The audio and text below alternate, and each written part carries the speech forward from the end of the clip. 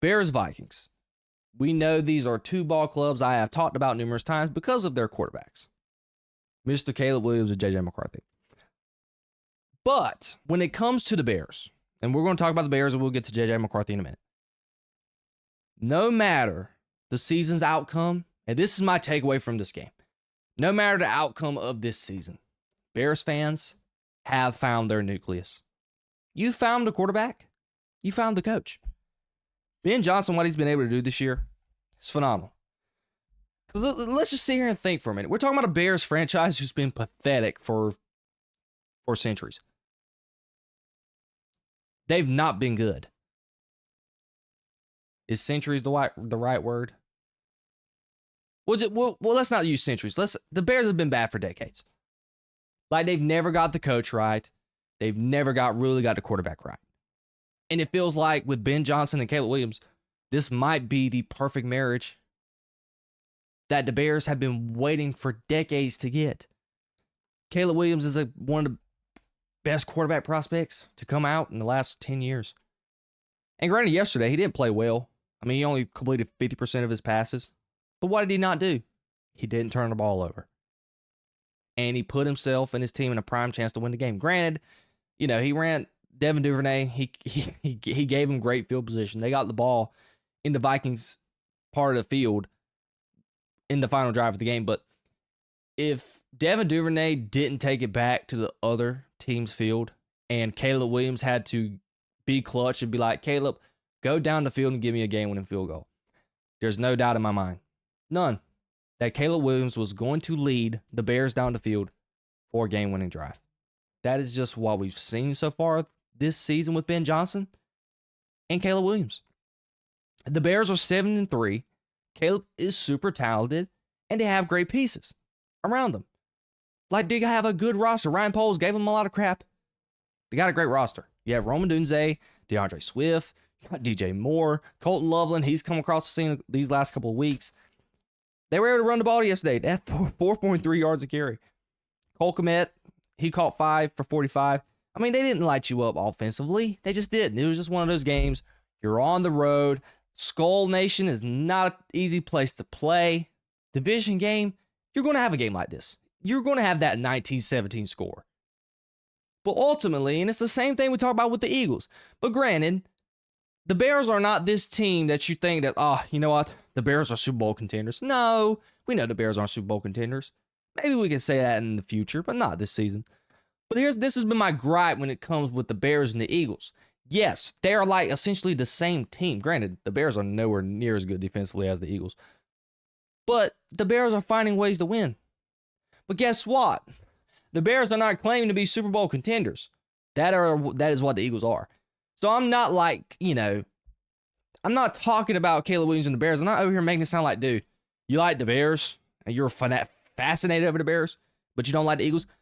When you really watch the Bears, I mean, you could just tell and look at them. This is not a Super Bowl contender. But you see, and to me, it's about storylines. We're talking about a Bears franchise who's been crap for decades. Couldn't find a quarterback. We're talking about a guy in Caleb Williams who is he was compared to Patrick Mahomes coming out of the draft. We have a guy in Ben Johnson who has come over, established a culture, and he's winning games. The Bears, as of today, are number 1 in the NFC North. If you asked me preseason, who would have a better record? The Bears, the Packers, or the Vikings, or the Lions coming out of that division 10 weeks into the season? The Bears would have been last on my list. I'd been like, yeah, the Lions have a better chance than the Bears. Definitely the Vikings because they have a better roster. And of course, the Packers. The Packers just traded for Micah Parsons. They're Super Bowl contenders.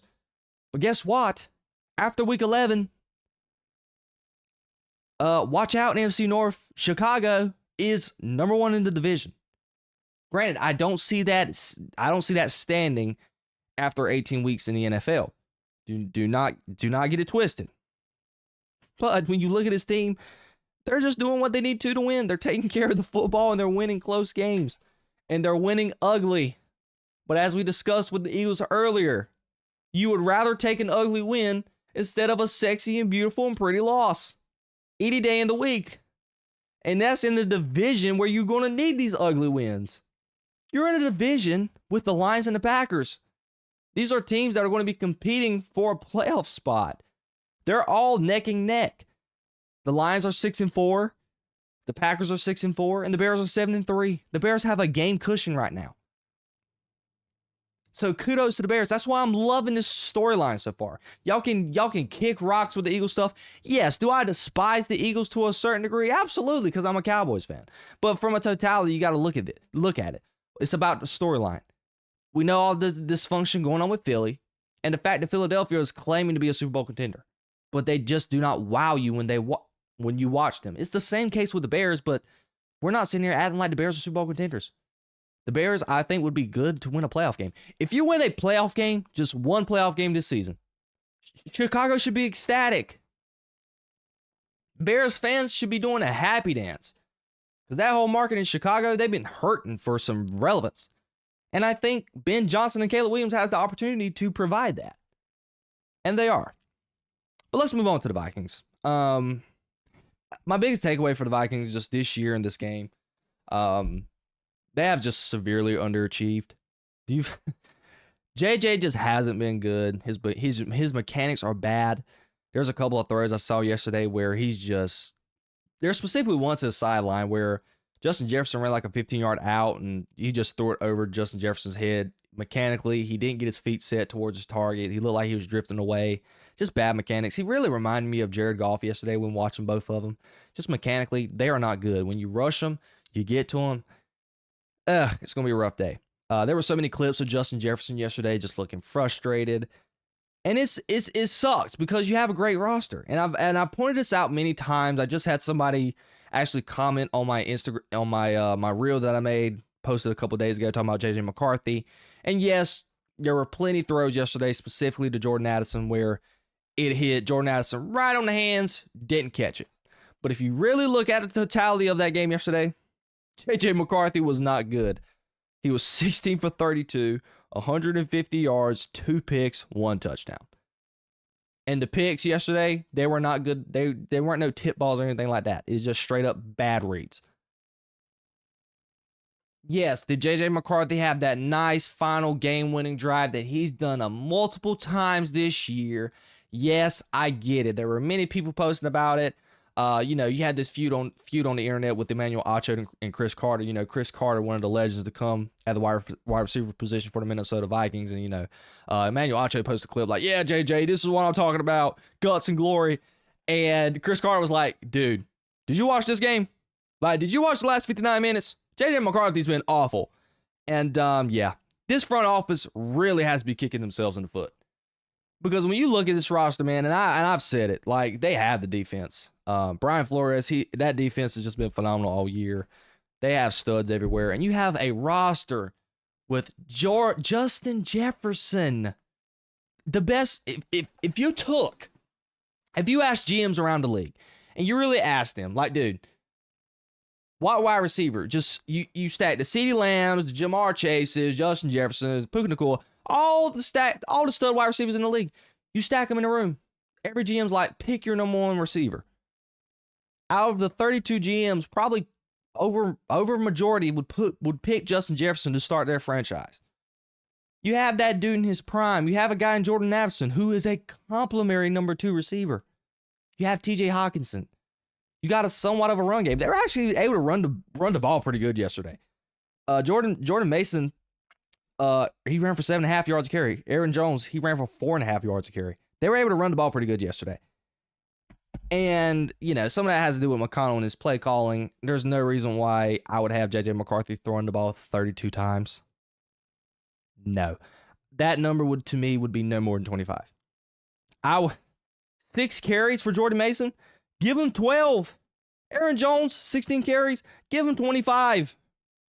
Run the mess out of your running backs. Give J.J. McCarthy a chance, because what was J.J. McCarthy's formula at Michigan? You had Blake Corum running the football along with Donovan Edwards. I think that was his name, number 7. Yeah, you had them running the football for you. And he was coached by Jim Harbaugh. That's what he preached.